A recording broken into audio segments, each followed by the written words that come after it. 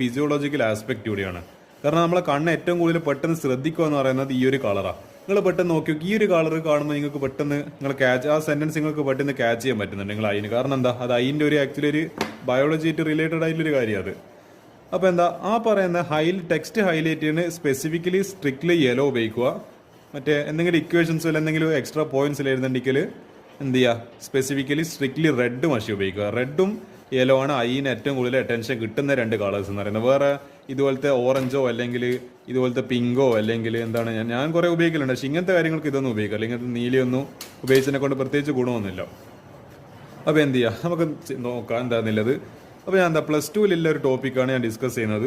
പക്ഷേ ഇത് നിങ്ങൾക്ക് +1 ആയിക്കോട്ടെ +2 ആയിക്കോട്ടെ കെമിസ്ട്രിയും ബയോളജിയും നിങ്ങൾക്ക് ഏത് ചാപ്റ്ററിലും അപ്ലൈ ചെയ്യാം. അപ്പോൾ എന്താ, ഇത് ആക്ച്വലി ഡിലീറ്റഡ് ആയിട്ടുള്ള ഒരു ചാപ്റ്ററാണ്. ഞാൻ എൻട്രൻസിന് ആക്ച്വലി പഠിക്കേണ്ടിയിട്ട് ഉപയോഗിക്കുന്ന ചാപ്റ്ററാണ്. P block elements. ഇത് വളരെ തിയറി ഓറിയന്റഡ് ആയിട്ടുള്ള ഒരു ചാപ്റ്ററാണ്. നമുക്ക് നോക്കാം ഇത് എങ്ങനെയാണ് ചെയ്യേണ്ടതെന്നില്ല. പിന്നെ